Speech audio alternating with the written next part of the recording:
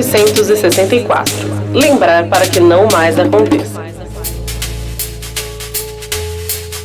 Começa agora em FM 87.5, em radiocantareira.org e nas plataformas digitais a série 1964, Lembrar para que não mais aconteça. Sou Simone Precioso e este é o 11º episódio de um projeto que tem como objetivo dialogar sobre o que de fato aconteceu no Brasil em 1964, ano em que se instalou no nosso país uma ditadura que durou mais de 2 décadas. Em cada programa, refletiremos sobre os impactos que o golpe militar de 1964 causou na democracia e na vida de brasileiros e brasileiras, buscando fortalecer nossa democracia por meio do conhecimento. Neste episódio, vamos mostrar a influência da ditadura na educação e o que é ensinado sobre o tema nos dias atuais. Afinal, ensinar para as novas gerações sobre o que foi a ditadura militar não é algo fácil, pois além da falta de espaço do tema nos documentos que norteiam o ensino, é cada vez mais necessário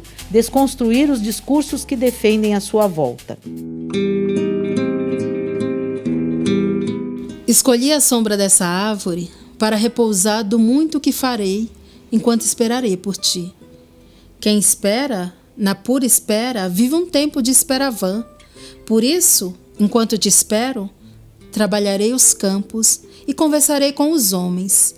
Suarei meu corpo, que o sol queimará. Minhas mãos ficarão calejadas. Meus pés aprenderão o mistério dos caminhos. Meus ouvidos ouvirão mais. Meus olhos verão o que antes não viam, enquanto esperarei por ti. Não te esperarei na pura espera, porque o meu tempo de espera é um tempo de que fazer. Desconfiarei daqueles que dirão: diz-me, em voz baixas e precavidos, é perigoso agir, é perigoso falar, é perigoso andar, é perigoso esperar na forma em que esperas, porque esses recusam a alegria de tua chegada. Desconfiarei também daqueles que virão dizer-me, com palavras fáceis, que já chegaste, porque esses, ao anunciar-te ingenuamente, antes te denunciam. Estarei preparando a tua chegada, como o jardineiro prepara o jardim, para a rosa que se abrirá na primavera.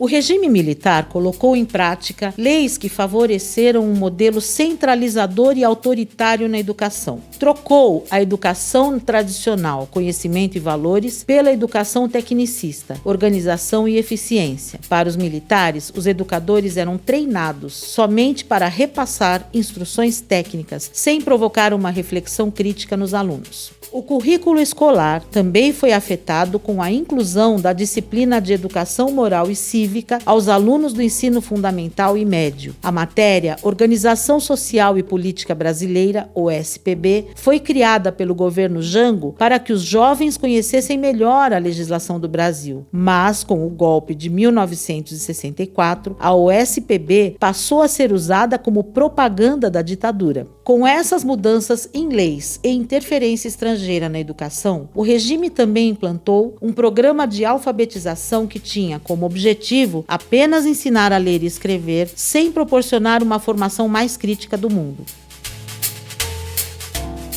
Em oposição ao Programa Nacional de Alfabetização criado no governo Jango e coordenado pelo educador Paulo Freire, o regime militar anunciou em 1967 o Movimento Brasileiro de Alfabetização, Mobral. Com esse projeto de alfabetização, os trabalhadores iam desenvolver habilidades intelectuais básicas para se tornarem mais funcionais. Nessa época, cerca de 40% da população acima dos 15 anos era analfabeta. O regime militar usou o movimento como propaganda com a falsa promessa de acabar com o analfabetismo no prazo de 10 anos. Mas, em 1985, quando o programa chegou ao fim, o analfabetismo diminuiu somente 2,7% no período. A redemocratização permitiu uma nova forma de abordagem dos conteúdos escolares para os alunos, democratizando o acesso à educação. Mas ensinar sobre o regime militar nas escolas nos dias atuais não é uma tarefa fácil.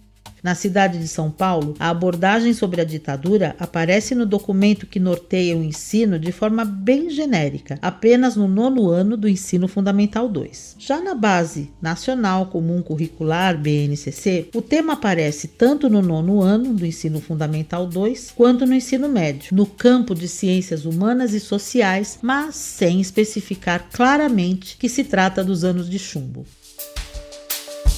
Para falar sobre como o tema é abordado em sala de aula nos dias atuais, vamos conversar com o professor de História, Ricardo Marcolino Pinto. Professor, explica pra gente como é o processo de construção de uma aula para explicar aos alunos o que foi a ditadura militar. Cada professor tem um processo para discutir a ditadura militar. Eu gosto de discutir a partir da realidade. Como eu sou um professor da periferia, da realidade deles, do que acontece, como é que essa questão da abordagem do poder público, da polícia nas comunidades, e a partir daí eu faço uma discussão do que foi a ditadura e por que as nossas comunidades têm tanta repressão como tem atualmente, né? Mas tem outros que seguem outros caminhos. Os livros vão trazer esse tema muito no final e muitas vezes você nem aborda a ditadura militar de uma maneira convencional, conveniente, né? O que você tem que fazer é o professor antecipar determinadas discussões e fazer com que esse tema ele seja mais ou menos transversal, senão você não vai discutir o tema na sua profundidade, se a gente for seguir os programas e conteúdos que vêm nos livros didáticos, que nem sempre estão preocupados em discutir essa temática, né? Vivemos na era digital em que algumas plataformas estão recontando a nossa história, considerando que o regime militar possa haver trazido benefícios para o país, gerando desinformação. Como combater esse discurso revisionista a partir do ensino em sala de aula? Há necessidade de se apropriar, de fato, das comunicações digitais. Ainda está muito distante, perto de um grupo que não estava ligado a isso recentemente. Eu, por exemplo, eu sou analfabeto em mídia digital, então tenho que aprender como eu posso me inserir e para poder disputar esse espaço dentro da plataforma de streaming, com um programa, com um planejamento de como essas redes sociais elas podem fazer para contribuir para que nós possamos discutir a ciência de fato, a história de fato, o conhecimento de fato. Eu acredito que tem que ter o investimento na escola e as redes têm que entrar com o propósito de se discutir realmente o que deve ser discutido entre a nossa sociedade, né? Investimento falta, porque não é barato trabalhar nesse mundo das redes digitais. Na sua opinião, a falta de clareza na indicação desse tema nos documentos que norteiam o ensino nas escolas é proposital? E mais, pode prejudicar a compreensão dos alunos sobre o que foi a ditadura militar?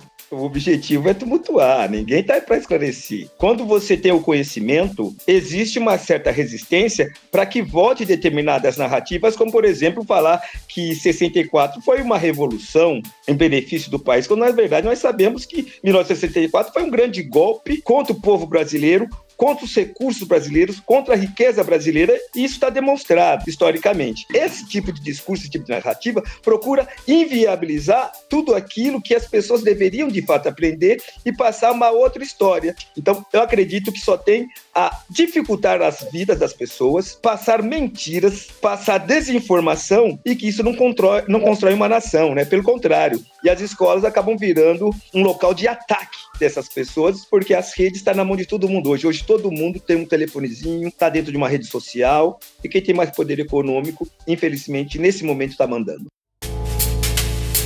A educação brasileira está sob ataque que visa a volta do modelo de ensino excludente, autoritário e conservador, como o projeto Escola Sem Partido, que voltou a tramitar na Câmara dos Deputados em 2024. O projeto impede que o professor emita opiniões dentro de sala para evitar doutrinação ideológica e política. O governo de São Paulo adiou para 2026 a implantação das escolas cívico-militares. Havia a expectativa de inaugurar o modelo em 2025 em pelo menos 45 unidades de ensino. A proposta está no meio de uma disputa judicial. Em consulta realizada pela Secretaria da Educação, diretores de 302 escolas estaduais de São Paulo manifestaram interesse em adotar o modelo cívico-militar. Em constante ataque, a escola e os educadores são colocados como inimigos. Discursos contra Paulo Freire, reconhecido mundialmente, são recorrentes em declarações que tentam colocar a escola e a educação em disputa política e a serviço do capital financeiro, em uma narrativa que minimiza os crimes do Estado brasileiro cometidos na época da ditadura e coloca a escola apenas como um espaço de formação técnica. Quais desafios ainda temos para garantir uma educação que valorize os direitos humanos e reflita sobre as consequências deixadas pelo período da ditadura cívico-militar? E assim, encerramos o 11º episódio do projeto 1964, Lembrar para que não mais aconteça, que você ouviu aqui na Rádio Comunitária Cantareira, em FM 87,5, em radiocantareira.org e nas plataformas digitais. Obrigada pela sua companhia. No próximo episódio, vamos falar sobre o Memorial da Resistência. Até lá! Sou Simone Precioso e este programa foi realizado com o apoio da 8ª edição do Programa Municipal de Fomento ao Serviço de Radiodifusão Comunitária para a cidade de São Paulo.